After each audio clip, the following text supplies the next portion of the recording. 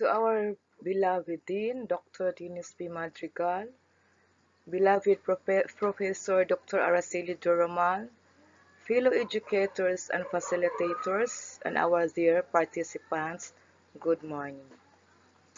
Thank you for the opportunity to share with you today my topic on motivating students in distance learning. Everybody knows that during the early spread of the COVID-19 around last March of 2019, that we are triggered on the changes of our ways of life, not to exclude in the educational aspects. To our students, parents, and of course to us as teachers, this pandemic poses challenges to various sectors, especially in responding our basic rights. With the COVID-19 protocols, basic education is one of the sectors that is greatly affected then. As to the physical conduct of classes of the learning continuity centers which is being aborted or will be aborted.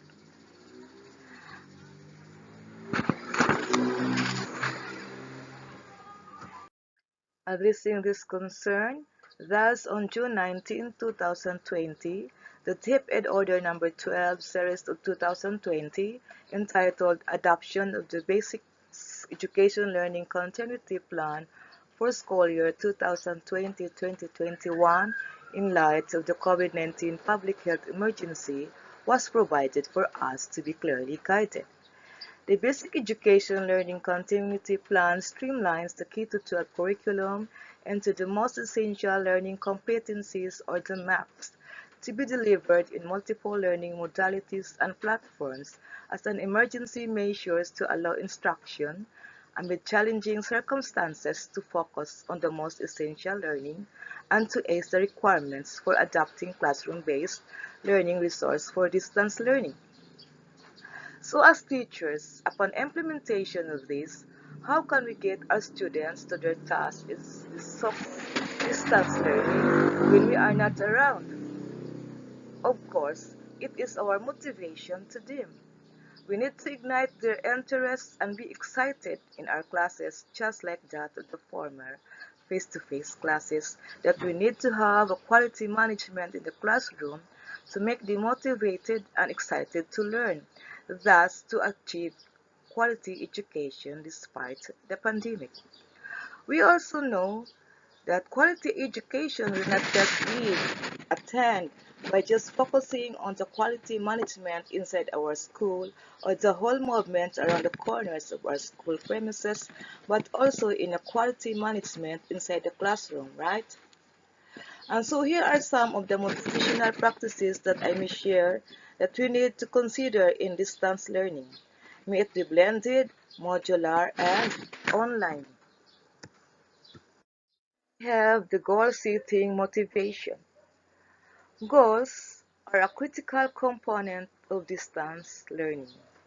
It will motivate our students by indulging them to know what is exactly that they need to know and to do for their learning to transpire. You have to begin with class goal setting that reflect the basic expectation of the classroom and provide them a soft entry to goal setting individually, while maintaining the structure of learning as well as our students know it. Example for this is the goals of completing a certain number of assigned activities each week. So as teachers, we need to give them an ultimate requirements for the fulfillment of their course or attaining good grades or to pass, and give them an access to all your lesson content to be posted that will provide them a synthesis of understanding. Next, leading to a personal goals. From then, we lead this to personal goals designed to inform progress and mastery.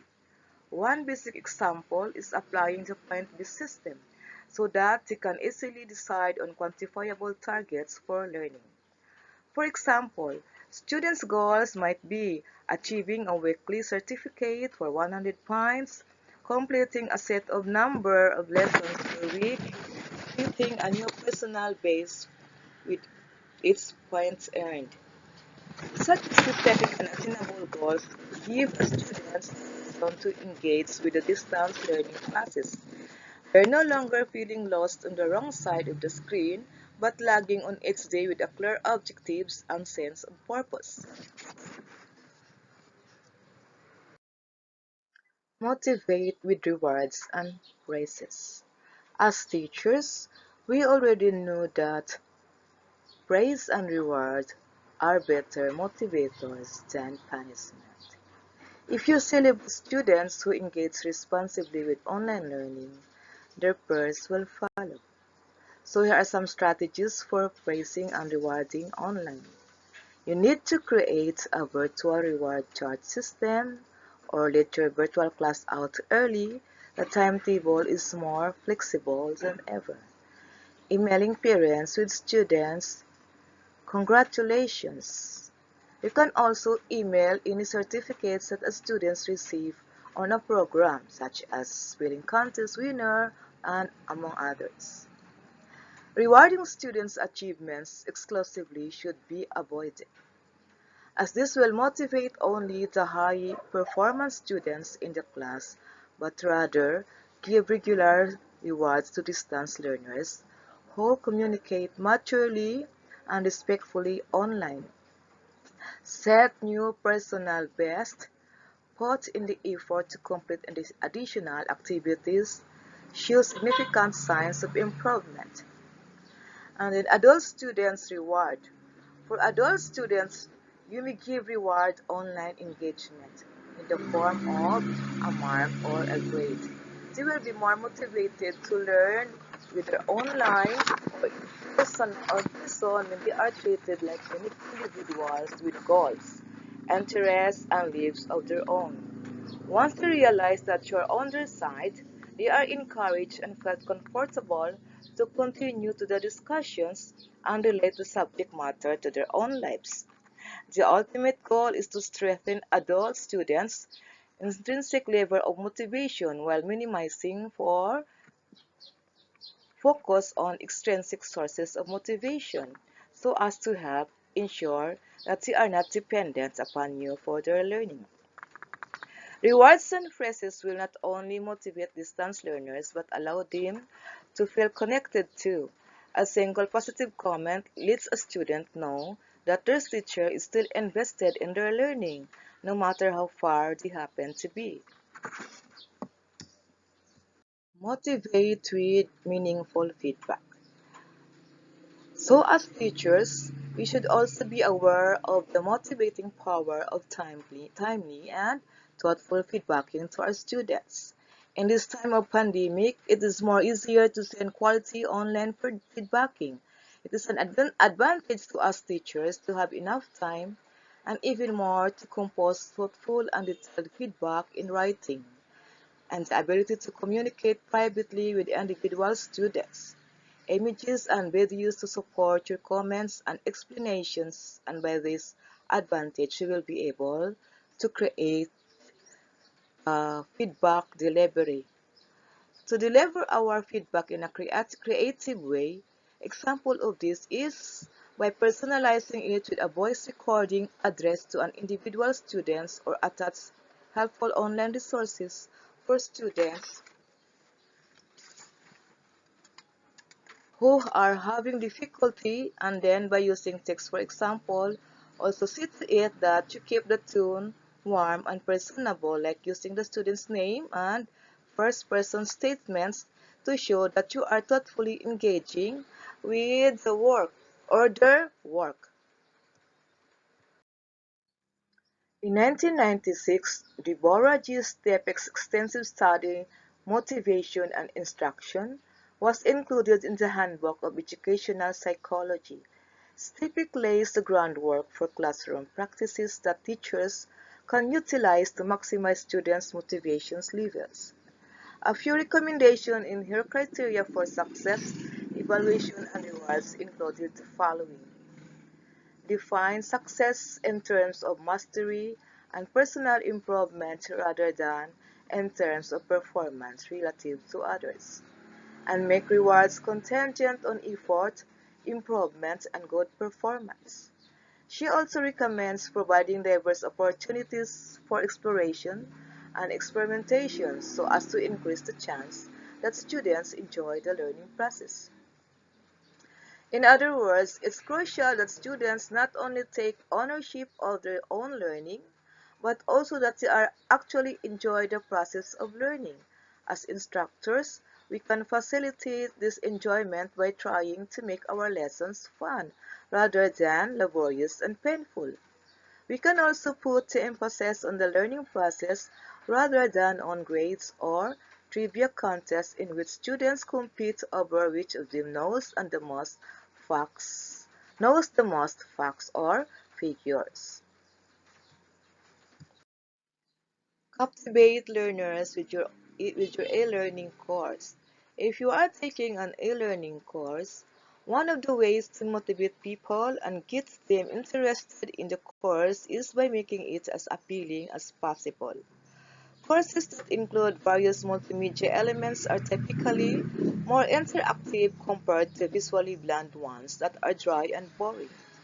If you make your online class or course unique and attention-grabbing, you give someone an extra reason to want to attend your class. You should use tools that allow you to tap into the emotional response of your online learners. When you do this, you grab their attention and also get them to retain more information and learn better and faster. You can use images and videos that generate some form of response or use examples that are from human interest topics rather than abstract concepts. However, don't just use things merely for the shock value, as this will only distract their attention from the core content you are offering. Then making your online class as interactive as possible is one of the ways you can motivate students to participate in your class. Learners are typically familiar with social features like commenting and sharing online content. Having features like this as part of the online learning process can improve participation and engagement. You should also get your learners to communicate and interact with each other. Even for online courses that are focused more on individualistic learning, you can still make use of online forums and other tools that foster group discussion and collective problem solving. Incorporating these social strategies into your e-learning plan will add a human touch to your online course. It may not be as much as what you would get with face-to-face meetings, but human interaction will provide some form of motivation and improve the experience of your learners. Give your learners a say. One of your targets as an instructor is to make your online course or classes as interactive as possible. One of the ways to do this is by allowing your learners to have a say in the way the course will be structured. Before the start of your course, you can allow learners who will participate to choose what they would like you to cover in the course. This way, they know their input matters and will be motivated to follow the course when it begins. You can also ask them to leave feedback at the end of the course. This will help you prepare and streamline future classes and make it more relevant to their needs and interests for better results. Add quizzes, assessments, and challenges to your online lessons. People love challenges. It is one of the little things that can motivate people to go the extra mile. By incorporating quizzes, challenges, and assessments into your online course, you may not only get an opportunity to evaluate your learners, but you also trigger the desire to succeed in students, thereby pushing them toward greater participation in your online course. You can ask students to summarize what you have learned so far in the course, or include real-life problems that they need to solve at the end of each course. This will increase their eagerness to acquire the skills and knowledge required to solve these problems by paying attention to the course. Invite learners to contribute. Another way to empower and motivate learners is by inviting them to contribute their knowledge about what they have learned so far in the course. A task-based learning strategy is one of the most effective ways to get engagement in an online learning environment. You should allow learners to contribute using various ways and methods. This can inspire them and give them the help they need with their studies. Another valuable approach parents and teachers can take is to leverage the work done by Professor John Keeler from Florida State University. Keeler's ARCS theory on motivational design for instruction talks about four distinct areas we can look at to try and motivate students. ARC is an acronym for attention.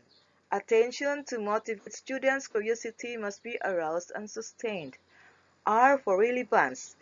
The relevance of the current lesson or course to the student's personal values or how it helps them accomplish desired goals must be shown. Now then, confidence, letter C, the students must believe that they will be able to succeed.